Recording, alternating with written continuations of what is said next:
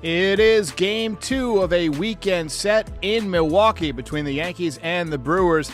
The Yankees look to Jameson Taillon as they look to get back in the win column. My recap, your reactions coming up next. This is Yankees Game Night.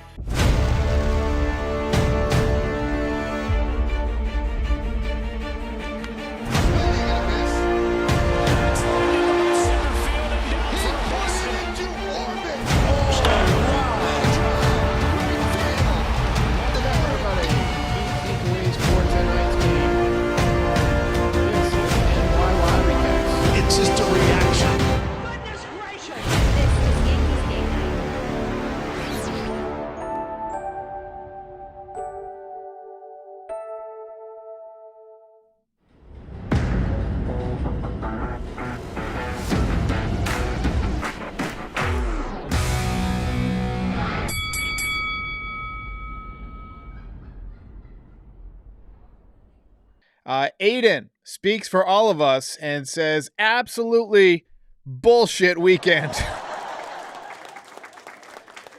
Oh, man.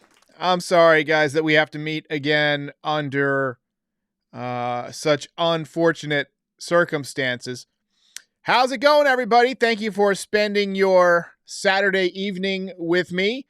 I was going to do a video about this earlier, but Frankie Montas had to get an MRI.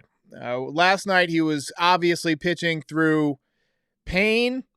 He did not look good. He was nibbling, and he didn't have a put-away pitch, so you figured something was up. The velocity was down.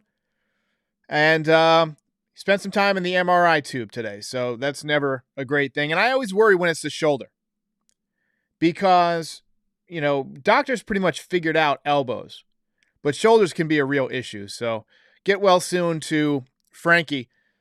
That effectively completes the injury punch card. I don't know. Do we get a free sandwich or something?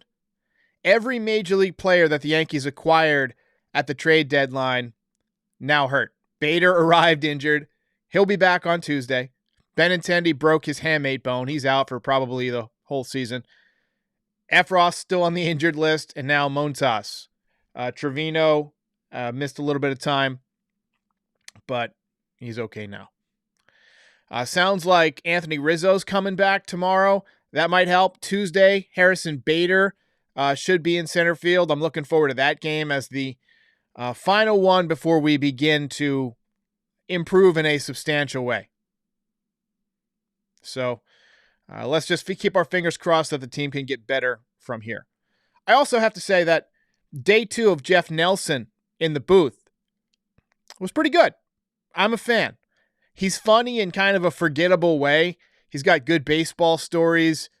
He speaks clearly. He articulates well. I dig it. That's all you need from a good color commentator. He reminds me of this movie Ocean's 11, where Brad Pitt was trying to teach Matt Damon to be like this likable, forgettable character so that he could play this inspector who this head of the casino would take seriously, but forget the minute he left the room. That's kind of what Jeff Nelson is to me. Just he's fine. He's good. Replacement level announcer, but I dig it. Anyway, Yankees dropped another tough one tonight. Offense went back to sleep. Giancarlo Stanton is lost at sea. Golden Sombrero, 4 strikeouts. He just has no clue right now. Can't hit a fastball. Willie Adames continues to terrorize the Yankees in this series. It was not a fun way to spend my Saturday night, but to be fair, I get to spend the rest of it with you guys, so I got that going for me. Both teams were quiet in the first inning.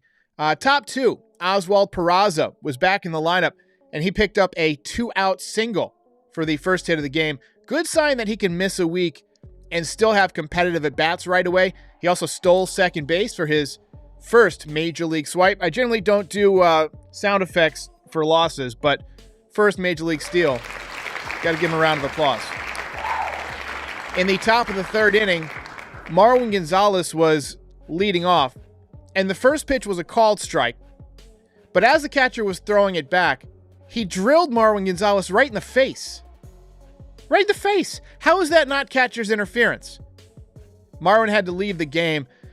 It reminded me of that scene in Pulp Fiction where Vince is like, ooh, I shot Marwin in the face. That's what it felt like. Anyway, Marwin had to leave the game. And Boone, he wanted to complete the out, so he brought in Aaron Hicks, who did the job. Bottom three, Willie Adames made it 3-0 Brewers with a long home run. Second night in a row with a long home run for Adames. Oh my gosh. Does that suck? Top four, Donaldson answered right back with a solo shot to make it 3-1. 15th of the season for him. Second straight night with a home run, 419 feet. He also hit a long sac fly to the warning track yesterday, so maybe he's finally starting to get going a little bit. Brewers got another run in the bottom of the fifth on a double by Christian Yelich. Later in the inning, there was a medium fly ball to right field, and Judge held Yelich at third with a 97.2 mile per hour throw home. Perfect one-hopper. There's nothing the man can't do. And for the record, I want the Yankees to bring Aaron Judge back, and I would absolutely make him priority number one this offseason. To me, there's not a lot that you can do this offseason because most of the big free agents are shortstops. So Aaron Judge has got to be your number one priority, and then bringing back Benintendi. You'd like to bring back Matt Carpenter, maybe fill out the rotation or the bullpen a little bit. I think this might be more of a winner for trades. Tyone was done after 5. He gave up 4 hits and 4 runs tonight. He's been better lately, but this was not one of his better outings. The slider looked good, but just too many pitches over the middle of the plate. Also a couple of walks. He usually doesn't walk people when he's on. Weissert pitched pretty well. Aroldis Chapman worked a scoreless 7th. Marianaccio pitched into and out of trouble in the 8th. But the Yankees went quietly in the 9th, and they dropped their second in a row. Final score, 4-1. Greg Hughes says Stanton with the Ronald Guzman. Yankees legend, Ronald Guzman. Felipe says do away with Hicks. And Kobe Jeet says Tyone looks like Michael K. They both have very large melons, don't they? Very large heads. ELT says, I think the Brewers might still get a wild card spot. This is why they want to beat the Yankees so much right now. Look, both teams should want to win this game, but the Brewers are definitely playing for their postseason lives, whereas the Yankees are just trying to stay healthy and maintain a lead as long as they can. It'll be interesting to see what happens when Rizzo and Bader are back, like how this lineup begins to gel. I think that there's more in there. And to me, Giancarlo doesn't really look hurt. He just looks discombobulated. You know, he looks really off on the breaking balls. He's early. On the fastballs, he's late. There was a 1-1 breaking ball that was a hanging curveball tonight that when Giancarlo's on, he demolishes. I'm talking 460, 470. And he fouled it off to the right side. He was somehow late on a hanging curveball. But he was right on playing for it, just wasn't on time. So it's a timing thing. Aiden Kaiba says, I'd rather have Guzman than Marwin. Oh, man. Guzman was probably the worst Yankee of the year so far. I mean, he played in 2 games. He did nothing but strike out. He hit into a double play and kind of helped the other team make a throw. I mean, I don't blame him not wanting to get hit in the face, but come on, that was a rough one. Toot Tay says, pamp, whatever that means. Appreciate that. James says, Trevino's injured. Will he play tomorrow? I guess we'll see. I mean, he's such a valuable part of this team, and it's so late in the season that it might not be the worst thing to give him a couple of more days off. You know, you want him healthy for the playoffs, and more so than, you know, just the bangs and nicks that come with a full season at the catcher position. He could probably use a break. It's the toughest position on the field. Carrying all that gear, you're playing in 100-degree weather for a month straight. Now it's finally starting to cool off. I think he could probably just use a couple of days. So they're probably just using this latest bang up as an opportunity to give him some rest.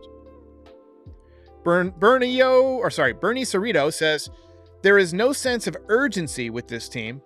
If I hear timing again, Stanton making 20 plus million, get in the cage with a pitching machine. He couldn't hit a wiffle ball. I appreciate it. I tried to translate that as much as I could. Yeah, I think timing would be something that as a major leaguer, you should be able to get pretty quickly, right? I mean, don't you have some kind of timing mechanism? I mean, what is the point of like bouncing the bat? Isn't that your timing mechanism? I never did this, but I always wondered why hitters, when they're hitting well, or maybe some do this, and I just don't know about it, whether or not they keep notes as to the things they fixed that got them out of their previous slump. You know, maybe you get into the film room, you get into the cage, and you say, all right, last time that this was happening, I started earlier, you know, or I started later, or whatever it is. You know, Felipe says, who wins the belt tonight? We don't do the belt for losses. Just a bit outside. By the way, shout out to Bob Euchre. Good seeing him in the building. Absolutely hysterical announcer for the Major League film franchise. And he ad-libbed a lot of his lines. So one of my all-time favorites. MG says, MLB has an injury epidemic. Need to find the root cause. I think 162 games is a lot. I mean, that's twice a basketball season. And look, you have to fly all over the country. You sit for 8-9 hours, and then you go play 3 baseball games. Like, it's not great for the body. Also, guys are a lot stronger than usual, or than they used to be. And when you're that strong, that, you know, muscle bound, you know, it's easier to pull muscles and stuff like that. When, you know, you have to have muscle to pull it. You can't pull fat, as David Wells used to say. John Kirk says, Stanton hitting after Judge is a joke. Let him figure out his swing in the batting cage. You know, I wouldn't be opposed to hitting Stanton in front of Judge. Right now, I think Judge hitting third wouldn't be a bad idea. You know, that way they kind of have to pitch to Stanton. You know, you just tell Stanton, hey, look for the strike zone. Don't be afraid to take a walk, because if you're on first base with Judge behind you, they got to pitch to him. So I just need Stanton to get going. I mean, we need to get him some pitches to hit, and we need to get that timing going, because it's been a long time. I really thought the last swing that he took at the end of the homestand, I mentioned this last night, he hit a bullet right back up the middle over the center fielder's head. It was a blistering line drive. And usually when you hit the ball that well right up the middle like that, it means your timing is perfect. And it turns out it was probably just luck. You know, a blind squirrel finds a nut once in a while. Broken clock is right twice a day, that type of thing. But, you know, he needs to get going. USMC wants Judge to come to San Diego. Yikes, that would be a formidable lineup, I have to admit. The Yankees should just do everything they can to re-sign him. He's so valuable to this team. He just best player in baseball this year, and it's not close. And Ohtani in no way deserves the MVP, because how valuable can you really be when your team's in last place? Whereas Judge has, 3 walk-off home runs? And he's probably going to win the Triple Crown? Come on. I don't say probably going to win the Triple Crown, but he's got a real shot to win the Triple Crown. Robert Piccolo says, put Harrison Bader in center field over Aaron Hicks. That's going to happen. That's going to happen soon. We're way behind on the comments here. We got another super dono. This from Brett Deutsch says, we're honestly probably better off if Montas goes down for the year. Herman earned his spot. Sevy coming back. I appreciate the dono. You never want anybody to be done for the year. Montas, you emptied out your whole farm, essentially, of pitchers to get him. You want him to be healthy, and you want him to be productive and be the pitcher that they acquired. But he's gotten off to such a bad start that I don't know if he'll ever put it together in New York. There's only one or two scenarios that I think can really change Montas's trajectory as a Yankee, because we've seen this many, many times over the years. If he can somehow get healthy and come up huge in the playoffs, I'm talking throw 7 shutout innings against the Astros, huge, or something like that, and help you win a series.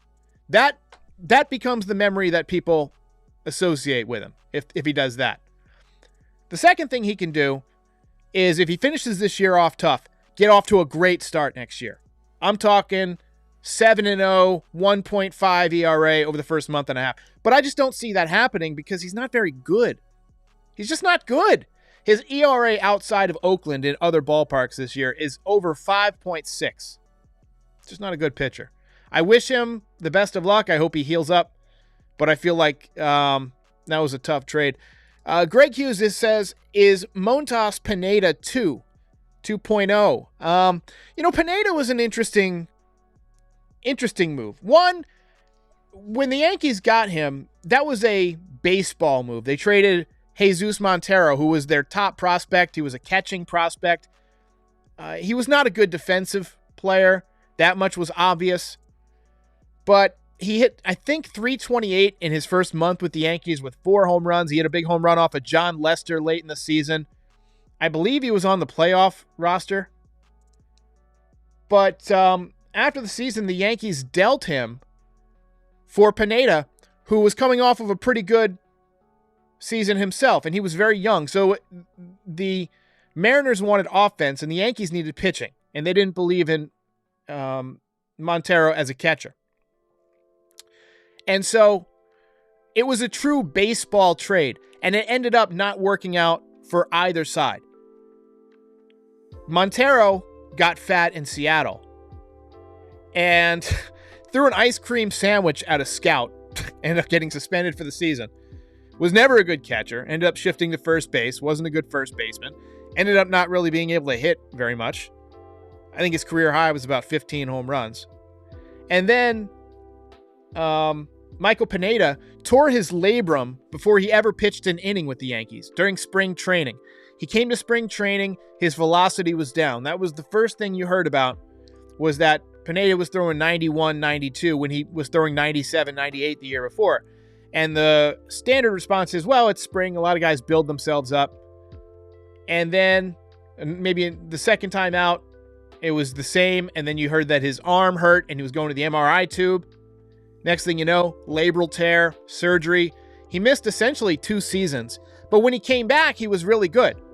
That first stretch, when he came back, I think he was 5-5, maybe a 1.5 ERA.